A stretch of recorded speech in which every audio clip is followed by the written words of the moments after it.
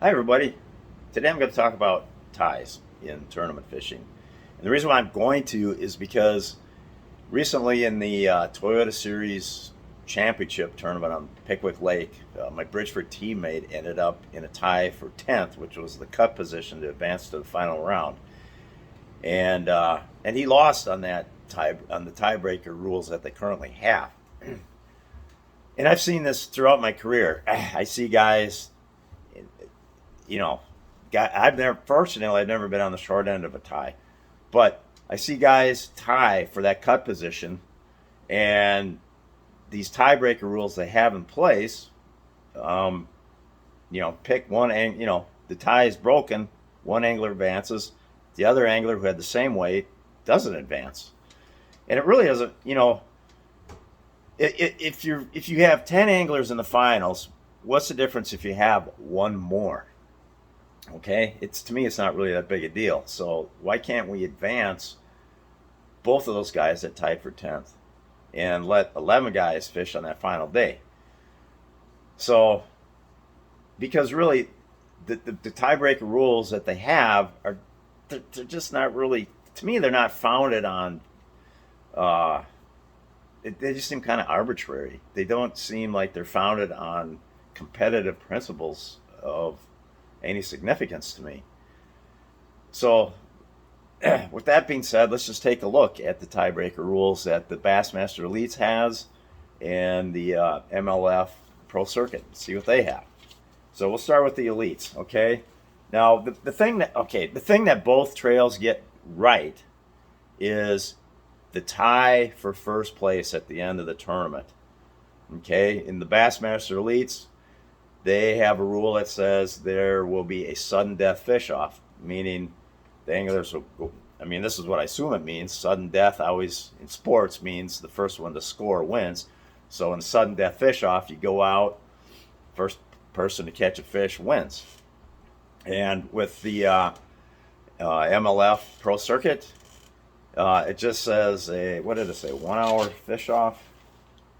Um, yeah, there'll be a 1 hour fish off. So to me, that doesn't really mean sudden death. It means each angler goes out for 1 hour, and one angler might catch one fish, the other angler might catch three fish. You weigh those fish, and that determines who wins.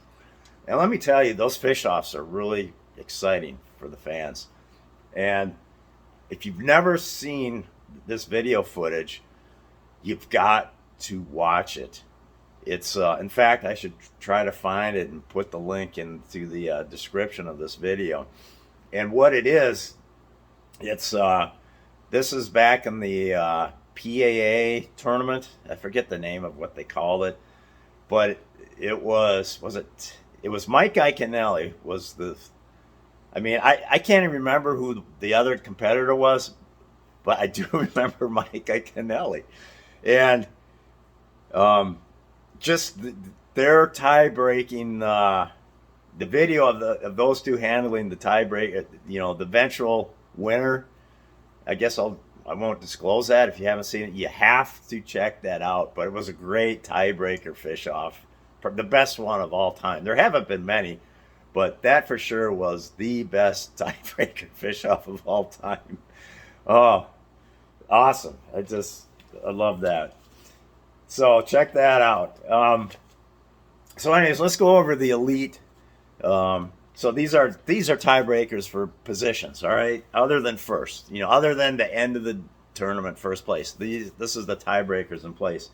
So for the elites, and they go through a step by step progression, because after the first tiebreaker test, you can still have a tie. So then you go to the next tiebreaker test, and so on. And eventually, they'll run through all of them, and then what happens after you run through all of them?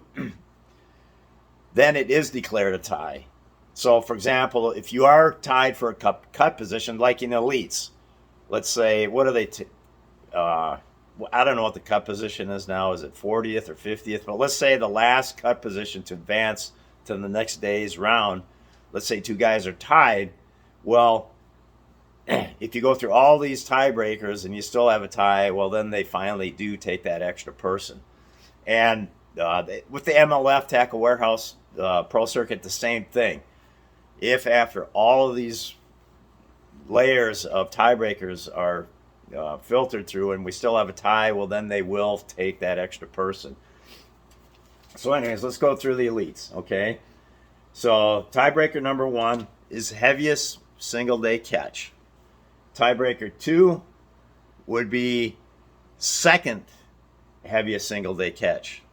So obviously this would apply to like days 3 or days 4, but not after just 2 days of competition, because obviously if your heaviest single day catch is a tie, well then your second heaviest single day catch will be a tie. So that applies for days 3 and 4. But okay, moving on. Next would be most fish, okay, and then fourth would be the most live fish, and then finally, if none of those criteria resolve anything, then the tie stands. And not only are these tiebreakers important for cut positions, but I hate to see it when you also have these breaks and payouts. So let's say they paid a 50th place and there's a tie for 50th place.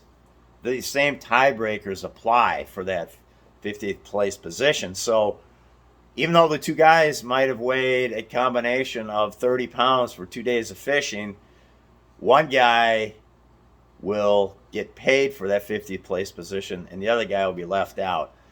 That kills me when I see that. I'd much rather see the tie remain a tie, and they split that 50th place money.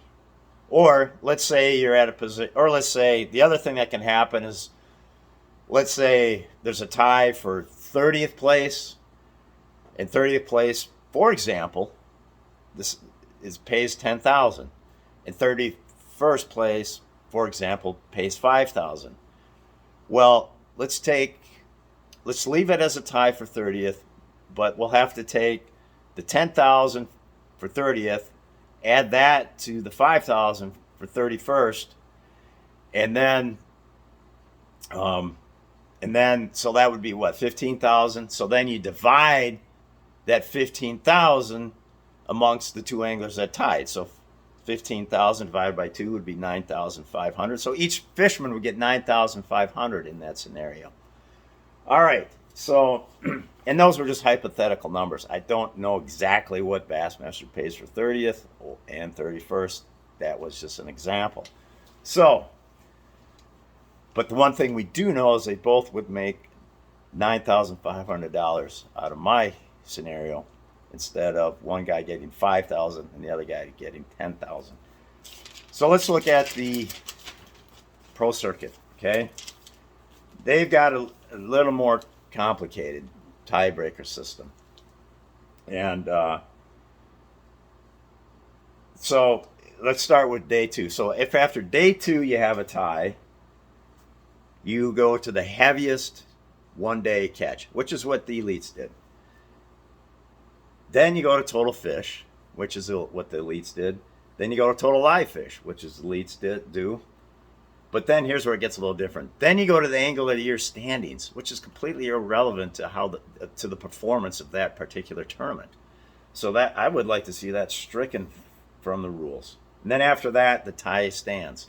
So then when you go to day 3, after day 3's competition, the first tiebreakers, you go to day 2 standings. That has to change, because the scoring is still ongoing. Why should it matter how? That just doesn't, I don't like that. If you tie after 3 days, why should you go to day 2? That's like if you were in a football game. I'm not going to make that comparison because it's two different sports. But still, the scoring is ongoing, and I just don't like that. Day 2 standings should be irrelevant. You both ended up with the same amount of weight. So why should your day 2 standings determine the tiebreaker, especially on a cut position? All right, next, So if day two standings don't determine anything, then you go to the heaviest one day catch, then you go to the second heaviest day catch, total number of fish, total number of live fish, then the angler of the year standings, which is irrelevant to the performance of that tournament to me. And then after that, all that, the tie stands. Then on day four, other than first place, which is determined by a 1 hour fish off, places are, it's kind of the same scenario. Then you go to your day three standings, heaviest one day catch, second heaviest day catch, third heaviest day catch, total number of fish, total number of live fish, and then angler of the year standings. Then after that, the tie would stand. And if the tie stands, then the money is split between the two positions and between the two anglers. So what I would like to see, any tie at a cut position, just automatically that angler advances. I don't want to have to go through these tiebreakers, especially some of they just seem irrelevant. Like day two, the previous day's standings, that doesn't have any merit to me. The heaviest one day catch doesn't have a whole lot of merit to me, because that means that not only did the guy have the heaviest one day catch, but he had the smallest one day catch, and the other guy. So it doesn't hold weight to me. It doesn't hold relevancy or merit. So let's just do away with that tiebreaker. Let's let both guys that tie for a cup position advance, and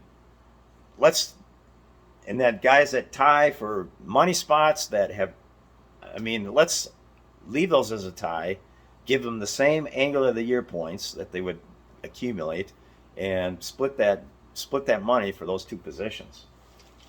Does that make sense? I don't know. What do you think? And the one thing we don't want to do,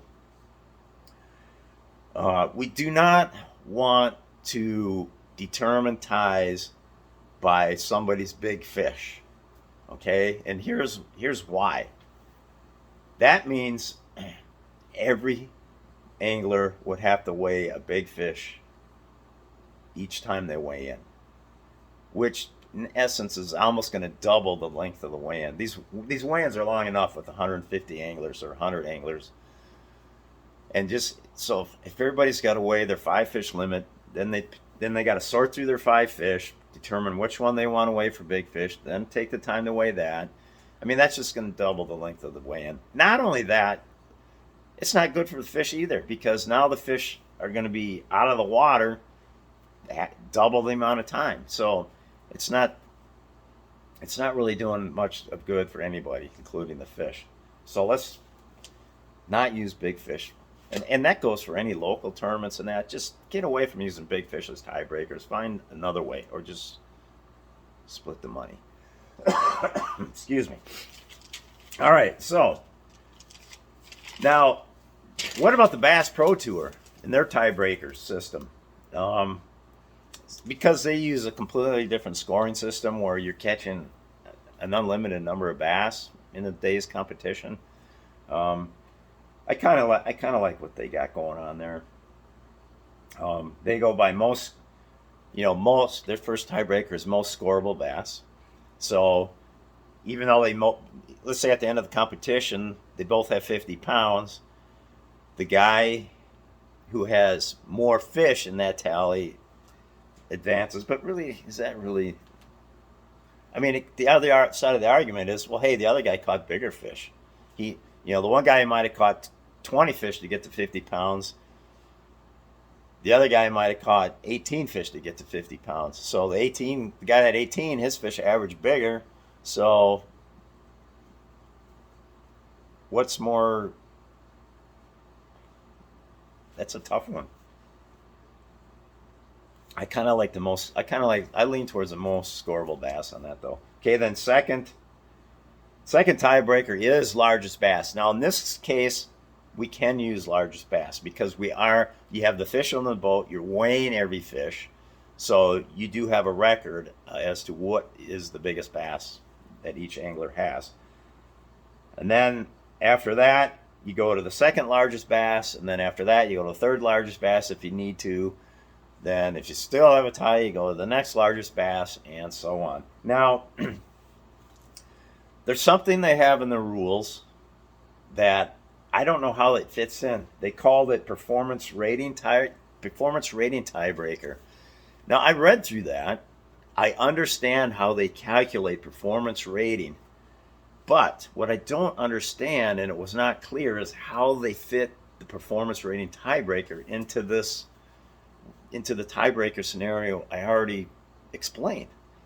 So that I'm not sure what they got going on there. The other tiebreaker we could talk about would be the Angler of the Year tiebreaker. Okay, well, we keep track of the Angler of the Year points.